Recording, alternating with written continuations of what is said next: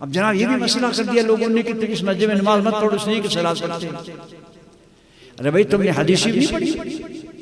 مسلم شریف میں حدیث موجود ہے، اذا سمعتم المؤذن، جب تم مؤذن کی اذان سنو فقولوا مثل ما یقول المؤذن، جس طرح مؤذن کہتا ہے وہی الفاظ دہراتے جاؤ، اشہد اللہ الہ الا اللہ اشہد ان محمد رسول اللہ، حی علی الصلاۃ حی علی الفلاح، مؤذن کہتا ہے تم بھی کہتے جاؤ۔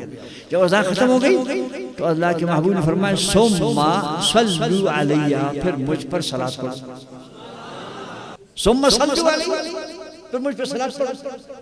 یہ حدیث مسلم شریف موجود ہے۔ سرکار دو عالم صلی اللہ علیہ وسلم فرمائے کہ اذان کے بعد جب تم نے جواب دیا مؤذن کا، اس کے بعد میں ثم عربی میں تاخیر کے معنی میں آتا ہے، یعنی ٹھہر کے بعد میں، واو نہیں فرمایا۔ فقولوا مثل ما یقول المؤذن وصلوا علیہ، یعنی ادھر سے اذان ادھر سے صلاۃ نہیں فرمایا۔ ثم کا معنی تراخی، تراخی معنی ٹھہر کے دیر سے، ہم بھی ٹھہر کے دیر سے کہتے ہیں صلاۃ و سلام علیک یا رسول اللہ۔ یہ حدیث شریف پہ عمل ہو رہا ہے، حدیث مسلم شریف کے اندر موجود ہے۔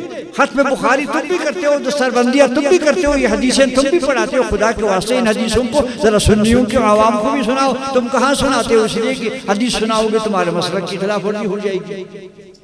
الحمدللہ اہل سنت کے عقیدے میں کوئی بدعت نہیں ہے۔